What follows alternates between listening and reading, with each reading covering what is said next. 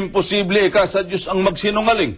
Hindi ang ibig sabihin nun, hindi kayang gawin ng Diyos yun. Ang pinag-uusapan daw, katangian ng Diyos. Oo. Hindi siya sinungaling. Kung gusto niyang gawin yun, kaya niya. Ang lahat ng bagay kaya niyang gawin. Makapangyarihan po.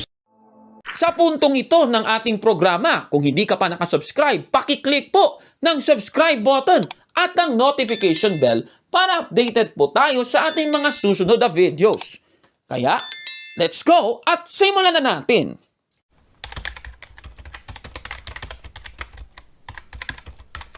Magandang araw mga kapatid and welcome na naman sa isang episode ng Factbusters PH. At para sa ating episode, tatalakayin natin ito pong katanungan mula po sa ating Facebook page, Factbusters PH. Mula po kay Feji Saire. Babasahin ko po sa inyo ang kanyang katanungan. Hi, magandang hapon bro.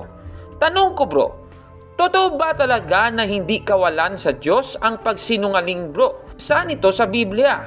Sinabi kasi ito ng isang ministro ng Iglesia ni Cristo, bro. Salamat po bro. Si Feji Saire po ito ng Carumatan, Lanao del Norte. Marami pong salamat kay Feji Saire sa napakaganda mong katanungan. At eto po, nag-send po siya ng isang larawan. Babasahin ko po sa inyo ito mula po kay Luis Asirit. Pumapatay ang Diyos. Magsinungaling pa ba hindi niya magagawa?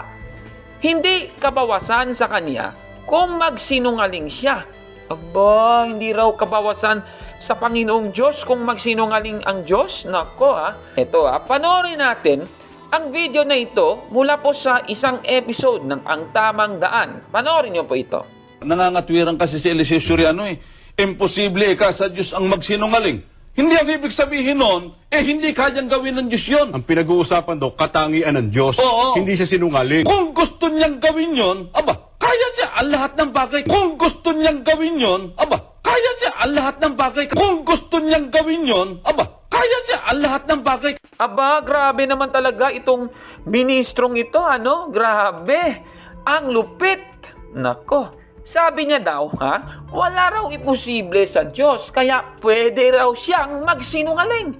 Kaya niyang magsinungaling. Aba, alam niyo kasi, alam ko na yung mga style na yan, Halimbawa, ito pong nakasulat sa Lucas 1:37. Babasahin natin.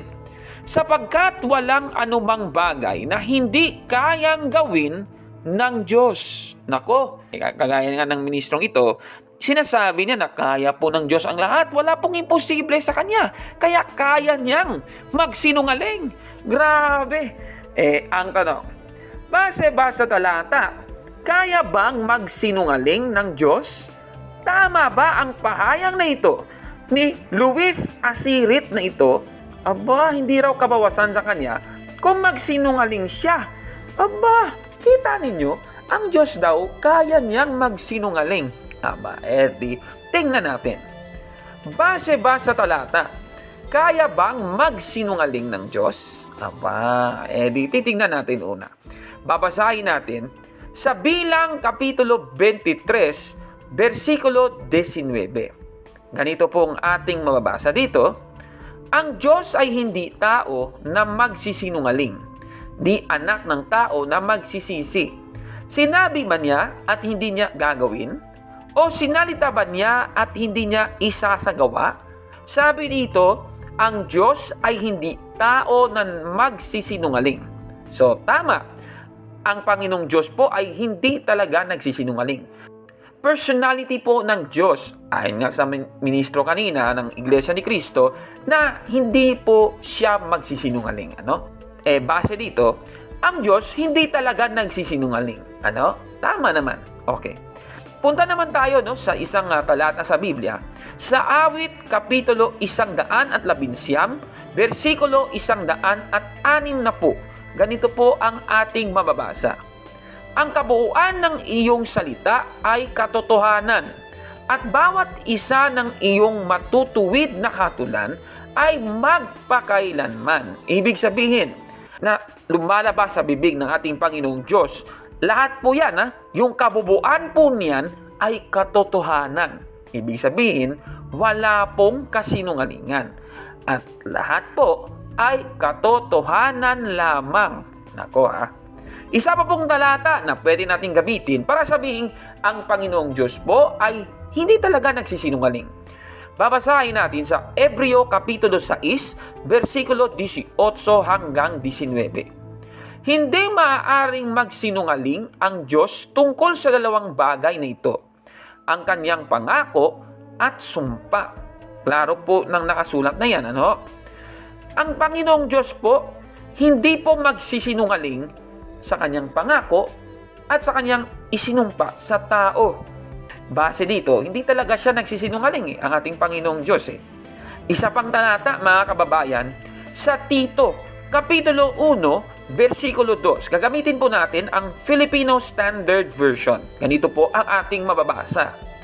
Upang sila'y magkaroon ng pag-asa sa buhay na walang hanggan, na bago pa nagsimula ang mga panahon, ay ipinangako na ng Diyos, ang Diyos na hindi nagsisinungaling. Klaro po, direktang sinabi ng Tito 1:2 na hindi talaga nagsisinungaling ang Diyos.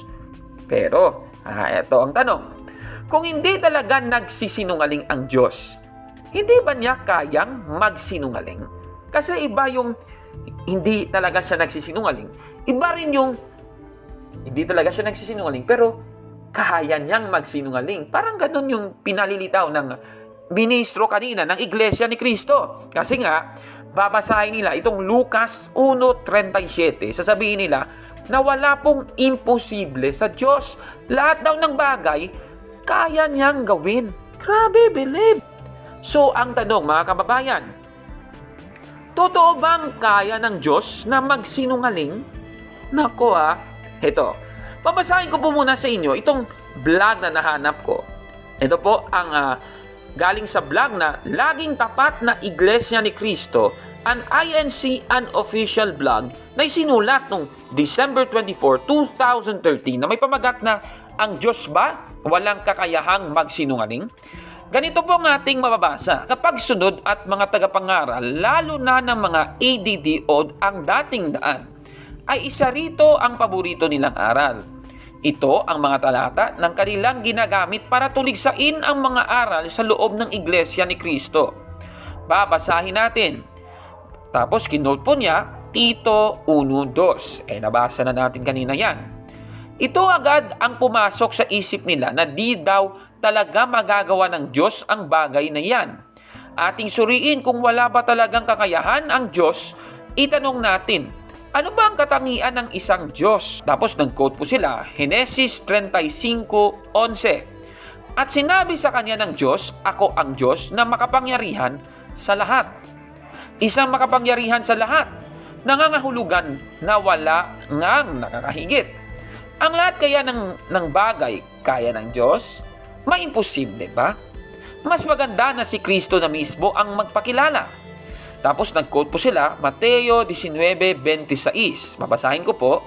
Tinignan sila ni Jesus at sinabi, hindi ito magagawa ng tao, ngunit magagawa ng Diyos ang lahat ng bagay. Lucas 1:37. Nag-quote din sila niyan. Malinaw naman pala. Hayag na hayag ang katotohanan, walang bagay na imposible. Lahat ng bagay kayang gawin ng Diyos. Grabe! Pati pa itong vlog na ito ng Iglesia ni Cristo naniniwala kaya talaga ng Diyos na magsinungaling. Ang tanong, sa mga binasa niyang talata, kaya ba ng Diyos ang magsinungaling?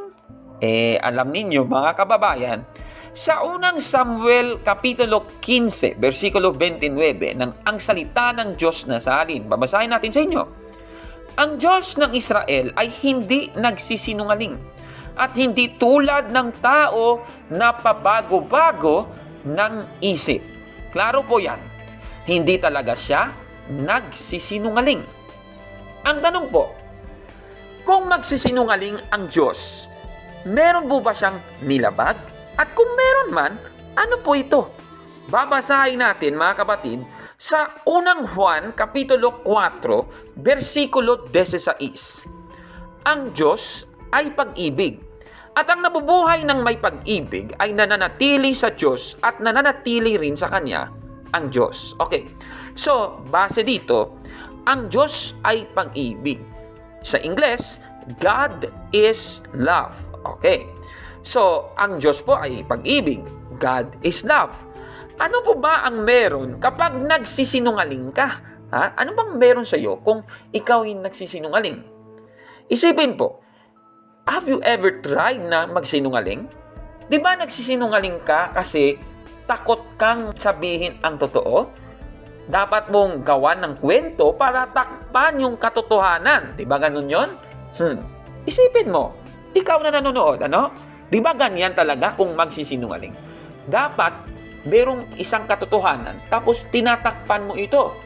Kasi takot kang malaman ng iba ang katotohanan. Di ba ganun yun? Biblia po ang ating pasagutin sa tanong. Babasahin natin sa Isaias, Kapitulo 57, versikulo 11. At kanino ka nangilabot at natakot na ikaw ay nagsisinungaling? At hindi mo ako inaalala o dinamdam mo man? Hindi baga ako tumahimik na malaong panahon? At hindi mo ako kinatatakutan? Ito po yung tagpo sa Biblia kung saan tinatago po nila na sumasamba po sila sa mga Diyos-Diyosan. Kaya sinabi po ito ng ating Panginoong Diyos. Klaro po sa talata. Ano po ba ang meron kapag nagsisinungaling ka? Ayon po sa talatang ito, takot. Ibig sabihin, kailangan kang magsinungaling para pagtakpan mo ang katotohanan. Kasi takot ka. Ganun lang naman yun, ano? Okay. Kung ang Diyos po ay nagsisinungaling, kung kaya ng Diyos na magsinungaling, ibig sabihin, kaya ng Diyos matakot.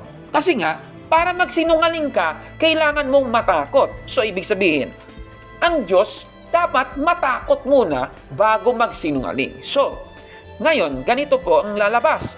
Kung matatakot ang Diyos, magiging Diyos pa ba siya? Biblia po ang ating pasagutin.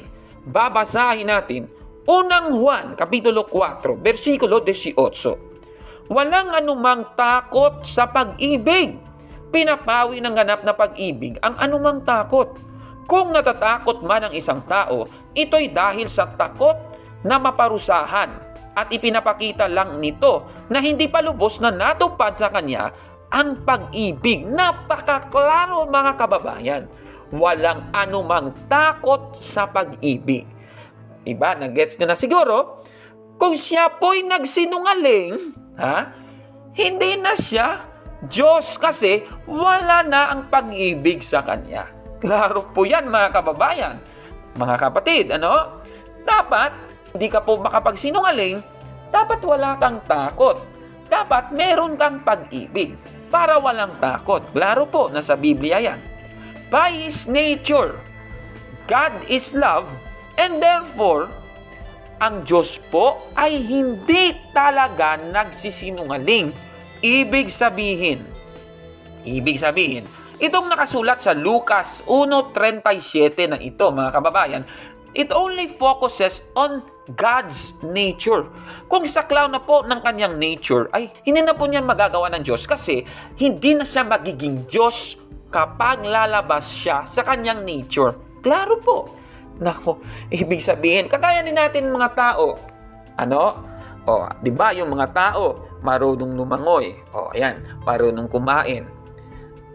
Halimbawa, yung tao marunong nang lumipad ng kanyang sarili, walang ginagamit na anuman. Tao pa ba siya?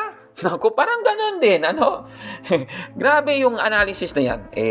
Alam niyo, lahat kayang gawin ng Diyos. Ngunit dahil Diyos siya kailanman, hindi niya kayang magsinungaling. Hindi na siya Diyos pag nagkataon. Klarong-klaro. Ito talaga mga taga-iglesia ni Kristo na ito. Ang Diyos pala nila, kayang magsinungaling. Naku naman. Nangangatwiran kasi si Eliseo Soriano Imposible ka sa Diyos ang magsinungaling. Hindi ang ibig sabihin nun, hindi kayang gawin ng Diyos yun. Ang pinag-uusapan daw, katangian ng Diyos. Oo. Hindi siya sinungaling. Kung gusto niyang gawin yun, kaya niya. Ang lahat ng bagay kaya niyang gawin Makapangyarihan po.